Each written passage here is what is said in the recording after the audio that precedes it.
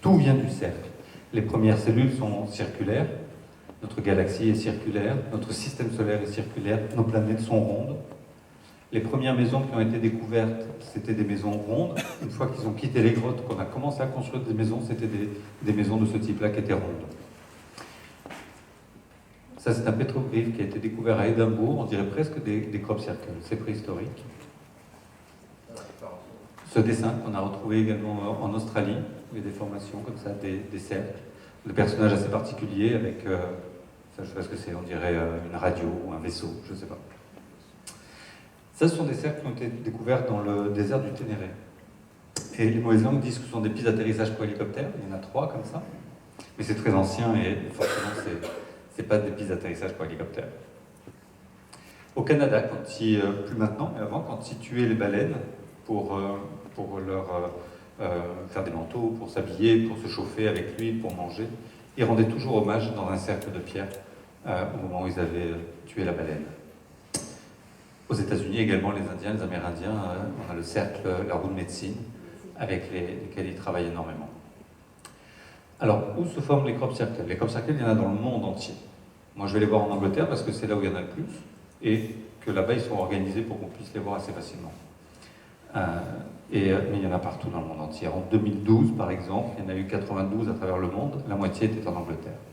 Il y en avait eu en Néderlande, en Italie, République tchèque, Allemagne, et le reste en Argentine, Belgique, Danemark, Slovénie, Pologne, Macédoine, Suisse, USA, Iran et France. On en avait eu 2 en 2012, il y en a eu 1 l'année dernière en France.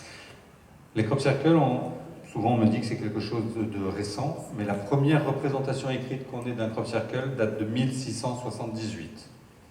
Donc vous voyez que c'est pas d'aujourd'hui. Et en 1878, il y a eu un article qui est paru dans la presse, qui est celui-ci. On voit un petit diable ici au centre. Et l'histoire raconte en fait que c'est un fermier qui n'a pas voulu payer ses ouvriers davantage. Il leur a dit: je préférais que ce soit les blés qui fauchent, que ce soit le diable qui fauche les blés plutôt que de vous payer davantage. Et le lendemain, il y avait des cercles dans ces champs. L'article dit que les blés étaient couchés tellement parfaitement qu'aucun être humain n'aurait pu réaliser ces dessins. Et donc forcément, on a associé ça au diable, puisqu'il avait dit que c'était le diable. Même encore aujourd'hui, c'est quelque chose qui est très présent en Angleterre. Pendant très longtemps, les fermiers ne voulaient pas dire qu'il y avait des crop circles dans leurs champs. Ils avaient peur de ne pas vendre leur culture et leur récolte. Parce qu'il y avait toujours cette association au diable. On les appelle aussi les cercles de fées, les cercles du diable, crop circle, agroglyphes en français. Et voilà, ça c'est les termes qu'on donne. Donc vous voyez, 1678, donc c'est pas d'aujourd'hui. Ça, ce sont des photos qui ont été faites par la RAF pendant la guerre, où il y a des formations de type crop circle, ou celui-ci qui a été photographié en Australie en 1966. Donc moi, je vous expliquais que j'allais en Angleterre pour aller voir ces formations, et je vais dans une région qui s'appelle le Wiltshire. Et le Wiltshire est traversé par 2 lignes d'énergie qui traversent l'Angleterre d'est en ouest, comme ça. Il y en a une qui s'appelle Michael et l'autre s'appelle Marie. Et c'est sur ces 2 lignes d'énergie tellurique que les crop circles apparaissent.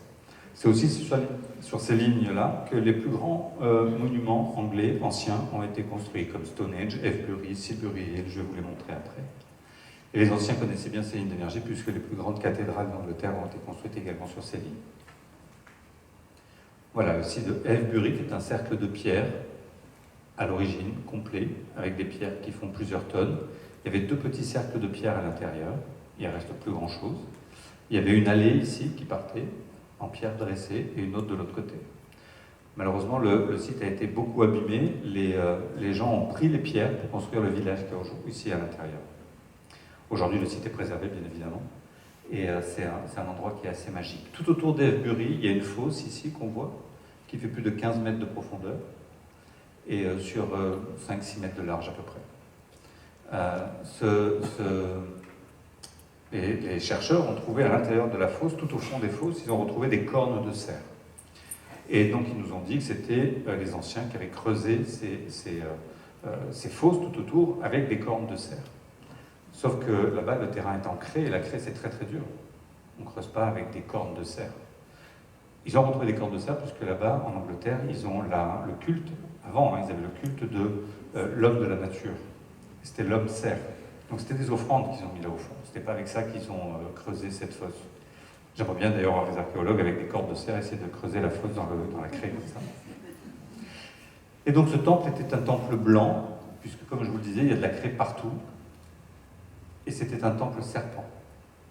On a le ventre du serpent ici, avec 2 œufs au centre, le cou et la tête ici. C'était très très grand. Entre la queue ici et la tête, il y a 2,5 km. Tout l'intérieur du temple avant était blanc, partout ici. Et on pense que c'est un temple féminin, parce qu'il y a 2 œufs à l'intérieur du ventre du serpent. Il n'y a pas beaucoup d'écrits sur ce temple serpent, parce qu'il y a très peu de temples serpents qui restent encore dans le monde. Mais ça devait être magnifique avec la craie à l'intérieur, tout blanc, ça devait être vraiment très très beau. Voilà, les pierres font plusieurs tonnes. À un moment donné, ils avaient peur que les pierres tombent. Alors ils ont fait des fouilles et ils se sont aperçus que les pierres étaient aussi grandes à l'intérieur qu'à l'extérieur. Donc les pierres, elles ne vont pas bouger. Les gens viennent méditer autour des pierres. C'est des pierres qui sont chargées en quartz, en cristal de roche. Elles sont très très chargées en cristal de roche. Ce sont des pierres qu'on appelle de glacier, la sarcelle. Et les pierres de glacier, donc en fait, ce sont des glaciers qui ont ramené ces pierres. Et ensuite, quand la glace a fondu, les pierres sont restées. Il en reste encore quelques-unes. Il y a pas une carrière, parce qu'elles ne viennent pas de là, mais il y a un endroit où il y a encore des pierres qui sont couchées. Et aujourd'hui, c'est un site qui est protégé. Et donc c'est énergétiquement très très fort, les gens viennent méditer, les moutons aussi viennent méditer autour des pierres. Il faut d'ailleurs faire attention où on met les pieds parfois. Ça c'est l'autre temple serpent qui existe dans le monde, qui est dans l'Ohio aux États-Unis. Et à proximité de ce temple serpent, il y a également des corps-cercueils qui apparaissent. En Angleterre, on a une pyramide, qui est celle-ci, qui est la pyramide de Silbury Hill.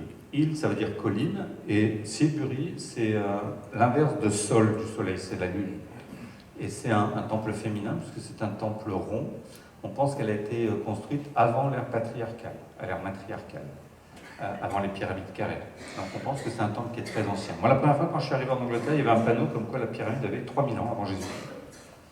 Et depuis 2 ans, ils ont changé le panneau, ils ont mis que la pyramide avait 5000 ans avant Jésus-Christ. En fait, en gros, ils n'en savent rien. Plus la science avance, avec des techniques encore plus affinées, plus la pyramide vieillit. Donc peut-être que dans 10 ans, elle aura peut-être 7000 ans, on ne sait pas. Elle est très ancienne. Il faut savoir qu'à cet endroit, à Silbury Hill, jusqu'au siècle dernier, les lois étaient votées autour de la pyramide de Silbury Hill. Tout le gouvernement descendait de Londres pour voter les lois autour de la pyramide de Silbury Hill. C'est un endroit très très important. Et à un moment donné, dans l'histoire de l'humanité, toutes les pyramides du monde entier ont été recouvertes de terre, de sable, elles ont toutes été recouvertes, dans le monde entier. On ne sait pas pourquoi. Est-ce que c'était pour les protéger? Est-ce que c'était pour les cacher? Forcément, c'est une des 2 solutions. Et ici aussi, elle a été recouverte de terre. Et donc c'est pour ça qu'on appelle ça une colline. Même les Anglais, là-bas, il y a beaucoup d'Anglais qui pensent que c'est juste une colline et pas du tout une pyramide. J'ai discuté avec un architecte qui a passé beaucoup de temps à l'intérieur, puisqu'ils l'ont beaucoup abîmé malheureusement, puisqu'il y a une première fouille qui a été faite en partant du sommet pour descendre dans la pyramide, parce qu'ils voulaient trouver le trésor du roi Sil. Mais ce n'était pas du tout un trésor, puisque ce n'était pas un roi qui était à l'intérieur. Le trésor, je pense que c'était la pyramide en elle-même. Et ensuite, il y a d'autres fouilles qui ont été faites horizontalement, qui ont vraiment abîmé la structure de la pyramide. Donc ils ont consolidé tout ça à l'intérieur. Il y a un architecte qui a passé 2 ans à l'intérieur pour travailler sur cette pyramide pour pouvoir la conserver. Et il me disait, la chose la plus surprenante que j'ai vue dans cette pyramide, il y a 2 choses.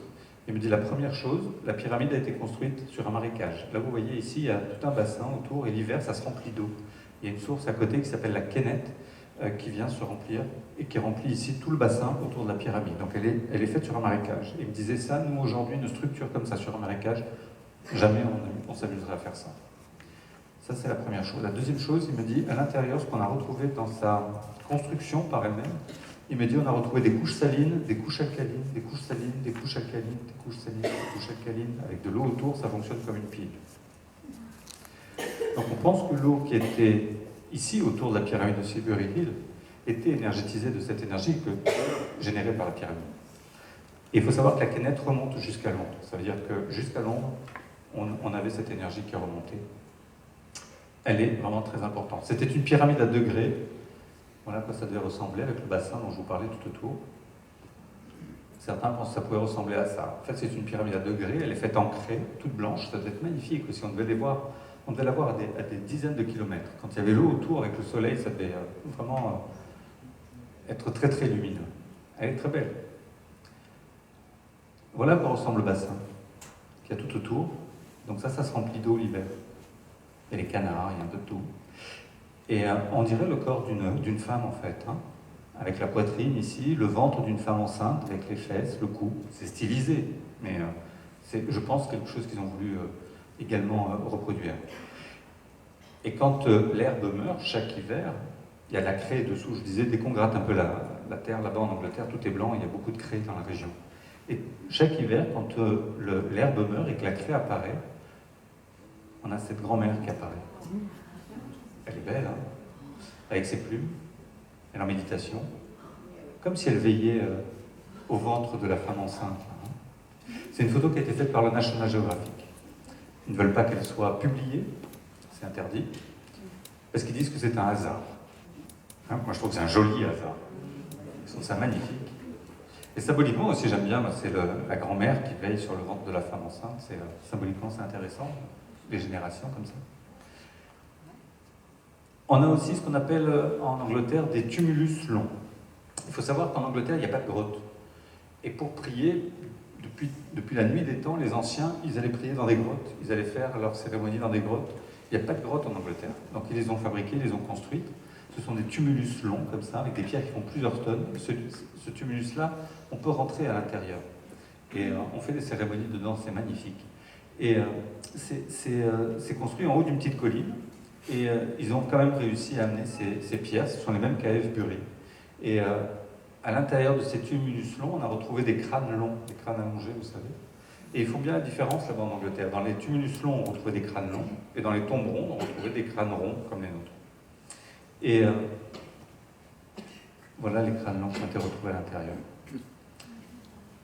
Ça, c'est un crâne long qui est exposé au musée d'Avebury, d'un enfant, et là d'un adulte. Des crânes longs, on en a retrouvé dans le monde entier. Celui-ci en Égypte, dans le monde entier. Je fais des conférences maintenant sur les crânes longs et je pourrais vous en faire 12 heures. Et en face de West Kennet Longborough, de ce tumulus long, bien souvent on a des formations de type crop circle. Vous voyez, la pyramide est juste derrière et Avebury est juste derrière. Tout est aligné en fait. Hein. Voilà une tombe ronde et là on a une formation qu'on a appelée la formation du gingembre. C'est vrai, on dirait une racine de gingembre hein, qui vient prendre naissance sur la tombe ronde. Là, on a 4 tombes rondes. Il y avait une 5e ici, et le fermier, pendant l'hiver, il l'a rasé, ce qui est strictement interdit parce que tous les monuments là-bas sont protégés. Mais il l'a quand même rasé pour pouvoir gagner en volume pour ses cultures. Et quand il a fait pousser son orge, à l'emplacement de la 5e tombe ronde, il y avait ce magnifique crop circle qui est apparu. Moi, je dis, ils sont joueurs quand même. Hein. Ça a dû l'énerver, le fermier. On a Stonehenge aussi, hein, que je ne vous présente pas, qui est un site magique. J'adore Stonehenge. Quand j'organise le voyage là-bas, j'ai la chance d'avoir des autorisations pour rentrer à l'intérieur du cercle de pierre de Stonehenge. Aujourd'hui, c'est interdit. On peut juste faire le tour. Si vous allez à Stonehenge, vous ferez le tour du cercle de pierre, mais on ne peut plus toucher les pierres ou accéder aux pierres. Et là, avec les autorisations, on attend que les touristes soient partis ou avant qu'ils arrivent et on rentre à l'intérieur. C'est une énergie incroyable parce que c'est à l'intérieur du cercle de pierre de Stonehenge que 2 lignes telluriques très importantes, une d'argent et une d'or, se croisent à l'intérieur de Stonehenge. Stonehenge, la légende dit que ça a été construit par Merlin. Ça, c'est une représentation qui date des 1300. Vous voyez la taille de Merlin? Ça serait un géant, Merlin. L'intérieur de Stonehenge était blanc aussi. Il y avait de la craie au sol.